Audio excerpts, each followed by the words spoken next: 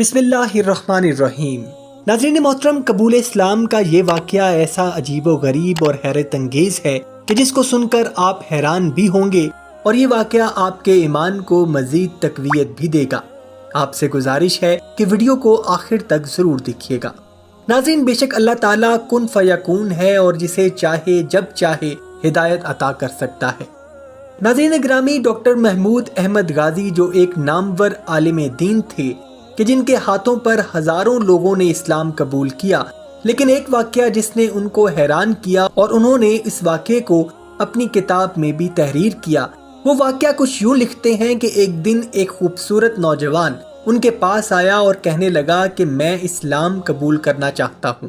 لمبے بال اور قوم سے ایک مغربی انگریز نوجوان جو اسلام قبول کرنے کے لیے بہت زیادہ بے تاب تھا۔ ڈاکٹر صاحب نے حسب معمول اس کو کلمہ پڑھایا اور اسلام کا ایک مختصر تعارف اس کے سامنے پیش کیا اور اس کو نماز سیکھنے اور باقاعدگی سے پڑھنے کی تاکید کی اور ساتھ ساتھ قرآن پڑھنے کو بھی بولا۔ ڈاکٹر صاحب لکھتے ہیں کہ جب بھی وہ کسی کو کلمہ پڑھاتے اور اسلام میں داخل کرتے تو وہ اس سے ایک سوال ضرور کرتے تھے کہ اس کو اسلام کی کس چیز نے متاثر کیا کہ وہ اسلام قبول کرنے پر مجبور ہو گیا۔ 1948 سے 1996 تک ان کا یہی معمول تھا، اور عموماً زیادہ تر لوگ جو اپنے تاثرات کو بیان کرتے تھے وہ زیادہ تر ملتے جلتے ہی تھے، لیکن اس نوجوان نے جو بات بتائی وہ ان کے لیے عجیب و غریب اور منفرد تھی۔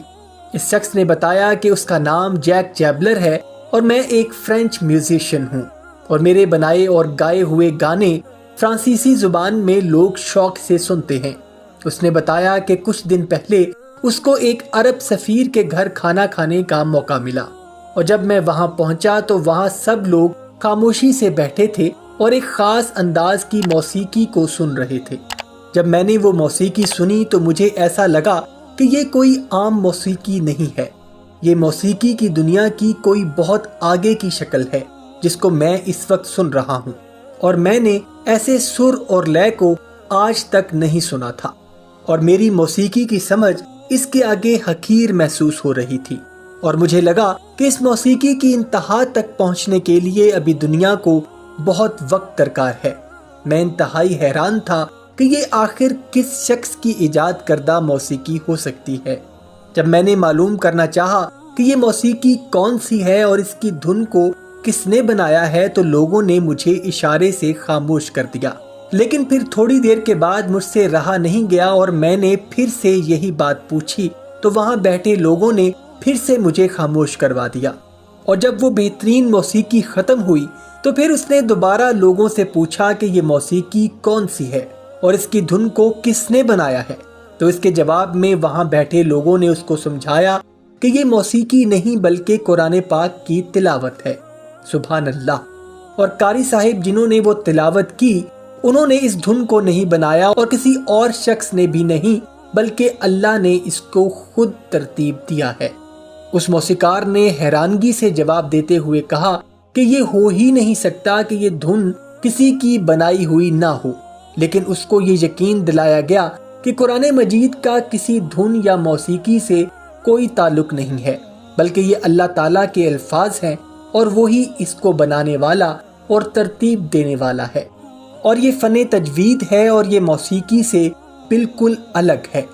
اس کے بعد اس موسیقار نے یہ سوال کیا کہ مجھے یہ بتاؤ کہ تجوید اور قرأت کا یہ فن کب ایجاد ہوا؟ تو اس پر لوگوں نے جواب دیا کہ یہ فن تو 1400 سال سے چلا آ رہا ہے، کیونکہ ہمارے پیارے نبی حضرت محمد صلی اللہ علیہ وآلہ وسلم نے جب مسلمانوں کو قرآن کریم اللہ کے حکم سے عطا کیا تو فن تجوید کے اصولوں کے ساتھ عطا فرمایا۔ تو اس پر اس موسیقار نے کہا کہ اگر محمد صلی اللہ علیہ وآلہ وسلم نے اپنے لوگوں کو قرآن مجید اس طرح سکھایا ہے جیسا کہ میں نے ابھی سنا ہے تو بلا شبہ یہ اللہ کی کتاب ہے، کیونکہ یہ دھنیں ایجاد کرنا انسان کے بس کی بات نہیں،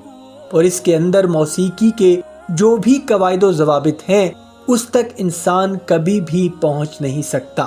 اور قرآن مجید کی یہ طرز اتنی اعلیٰ و برتر ہے کہ اس کو کسی انسان کے لیے بنانا ممکن ہی نہیں۔ ڈاکٹر صاحب نے لکھا کہ میں اس کی یہ بات سمجھنے سے قاصر تھا کیونکہ مجھے موسیقی کے اس دنیاوی فن کے بارے میں کوئی زیادہ علم نہیں تھا۔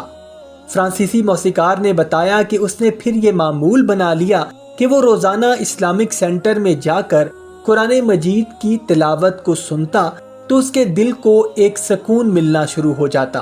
اور اسے یقین ہو گیا کہ یہ اللہ کی سچی کتاب ہے، اور اگر یہ اللہ کی سچی کتاب ہے تو پھر اس کو لانے والے بھی بے شک اللہ کے سچے رسول صلی اللہ علیہ وآلہ وسلم ہیں۔ اور یہ جواب دے کر اس نے مجھ سے کہا کہ اسی لیے میں چاہتا ہوں کہ آپ مجھے مسلمان کر دیں، میں اسلام میں داخل ہونا چاہتا ہوں۔ تو ڈاکٹر صاحب نے مسکراتے ہوئے کہا کہ تم کلمہ پڑھنے کے بعد اسلام میں داخل ہو چکے ہو اور مسلمان اور نبی پاک صلی اللہ علیہ وآلہ وسلم کے غلام بن چکے ہو۔ سبحان اللہ۔ ناظرین، بے شک اللہ تعالیٰ ہر چیز پر قادر ہے اور وہ جب چاہے، جس کو چاہے، جس وقت چاہے ہدایت دے کر اپنے قریب کر سکتا ہے۔ اللہ ہم سب کو نیک عمل کرنے کی توفیق عطا فرمائے۔ وما علینا الا البلاغ المبین۔